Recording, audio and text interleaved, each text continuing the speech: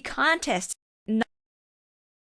not to be outdone in the contest to see who is the most crazy leftist city, Portland now apparently also has their own equivalent. And here is some footage of this blossoming new country.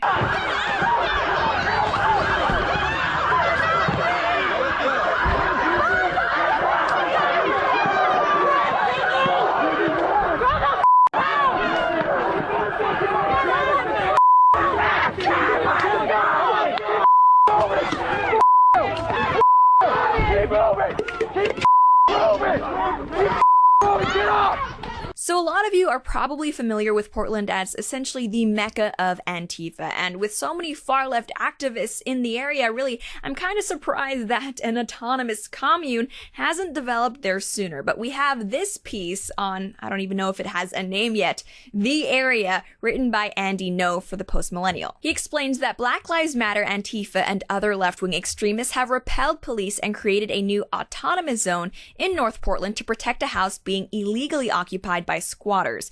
The protest erupted after police raided a house on Mississippi Avenue around 5 a.m. on Tuesday. For months, radical left-wing activists had been occupying the property known as the Red House to protect squatters who were legally served multiple eviction notices. The Portland Police Bureau assisted the Multnomah County Sheriff's Office this morning in initially clearing out the property. Police encountered resistance, including from a person with a firearm who was taken into custody. Several other guns were recovered at the scene. Soon after, Antifa accounts on social media called for comrades to retake the space. By the later morning, around 100 militants gathered outside the property to set up an autonomous zone. When Portland police officers responded to the growing autonomous zone, they were attacked and chased away by rioters. I've gotta say, hearing stories like this really just reminds me of the glaring double standard that exists when it comes to how the media reports on left-wing versus right-wing groups. I mean, anytime Trump supporters are involved in any type of conflict, even if it's not a violent one, with